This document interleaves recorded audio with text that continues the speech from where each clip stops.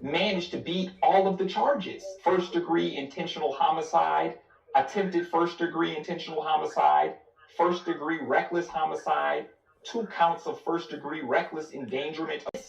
2 of his counts. One of them was possession of a dangerous weapon by a person under 18, which is crazy to me, as you're aware, Mrs. Elliott, because Wisconsin law prohibits minors from possessing firearms except for hunting or when being supervised by an adult. But then the judge also waived another requirement or another law that they were going to hit him on, which was failure to comply with an emergency order from the state or local government that could literally walk down the street, shoot a group of people, and then after they shoot 2 people, walk home with their hands up with an assault rifle, go home, get their legal defense paid for, because a lot of these militias and these individuals who actually were with him paid, they actually funded a GoFundMe page and a Fundly page and paid $50,000 for his defense.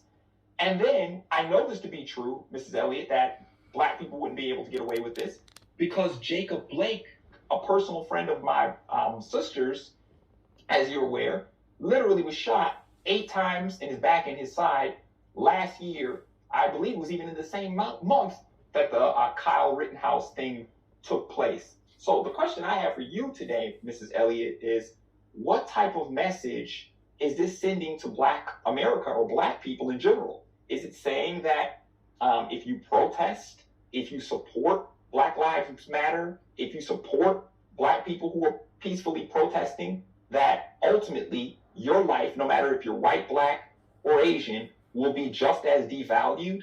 Okay, here's what you have to remember. This is the way the United States of America runs its legal system.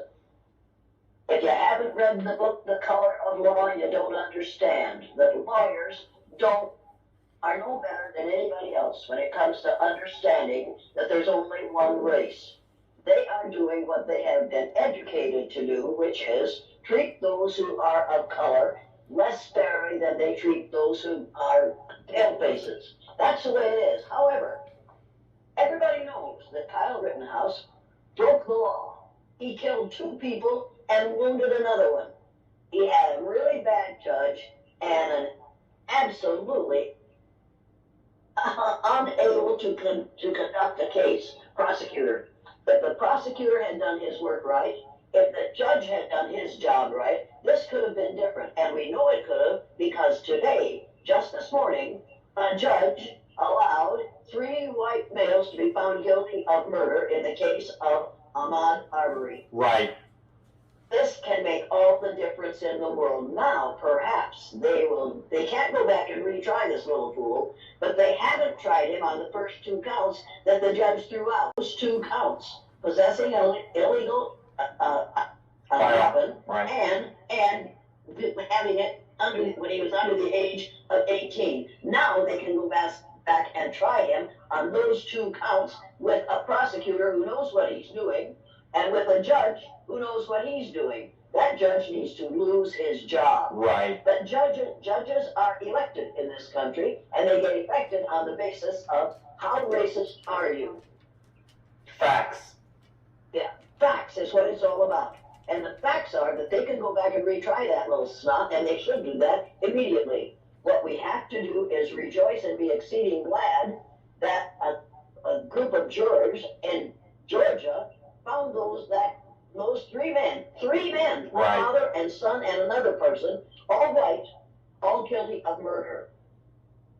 This could make a difference in the Kyle Rittenhouse case.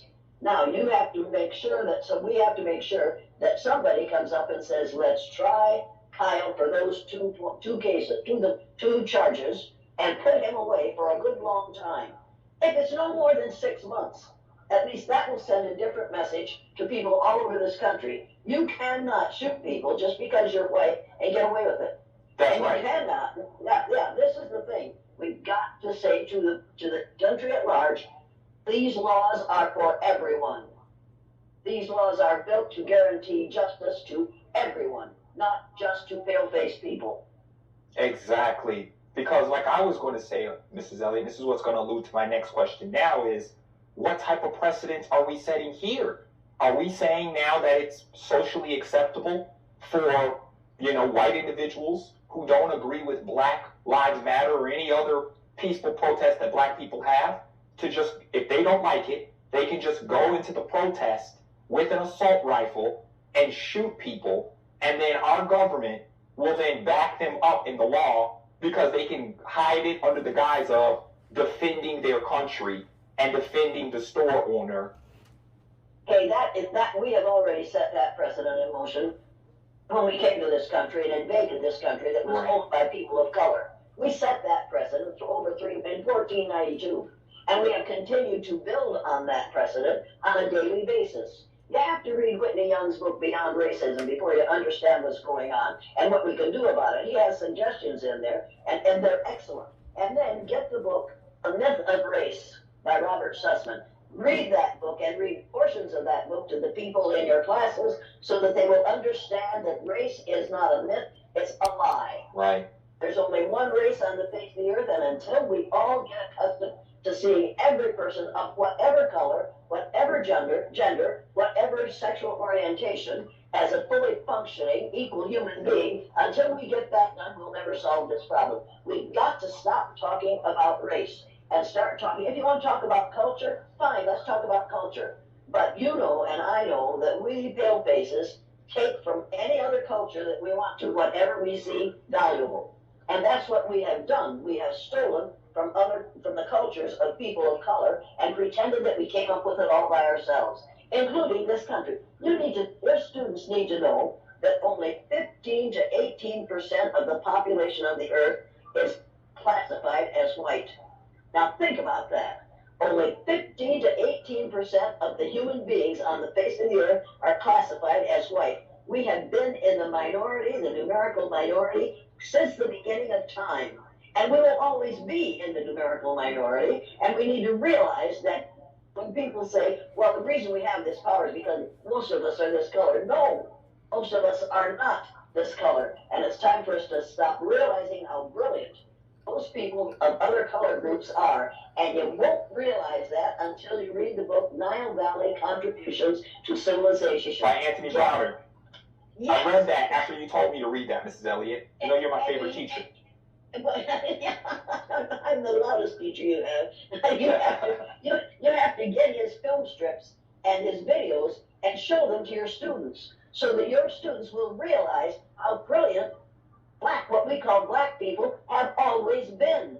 They were able to leave the area of the equator 300,000 years ago and move from there to populate every landmass on the face of the earth. They came to this continent over 10,000 years ago.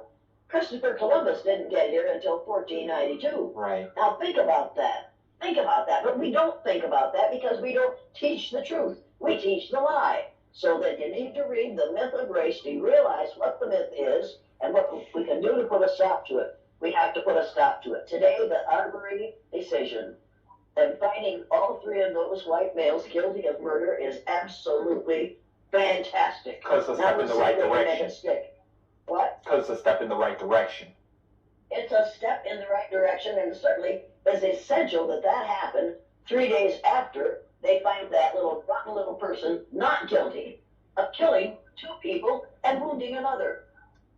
Right. You know, and I know that that boy is guilty and should, on the first 2 charges, which he was charged, then they could make a difference in that case too. It's time for that to happen. How did he get off, though, Mrs. Elliott? Is this an example of white privilege, like you had said once upon a time? It's not white privilege. It's white privilege should have been called advantages based on the ignorance of skin color. That isn't white privilege. Those are privileges, are advantages that you earn. We, pale-faced people, have not earned that advantage of mistreating people of other color groups. We have never earned that advantage. We stole it, and in this country, we did it with force, and we've done it with countries all over the world. And we'll continue to do it until people of other color groups say, wait a minute, you got here last. The rest of us were here long before you got here. Now it's time for you to realize that there are a whole lot of brilliant people who made it possible for you to have things like an alphabet and a numeration system and a calendar and all these other things, because those things were invented, created by people long before there were any people who had faded in the Northern European countries. All white people are is people whose black ancestors faded as they moved farther and farther from the equator. Every human being on the face of the earth, every one of us, has an ancestor in a black country, because that's where we all came from. All our ancestors, every one of us, if we trace our DNA back far enough, would find that there's a percentage of our DNA that came from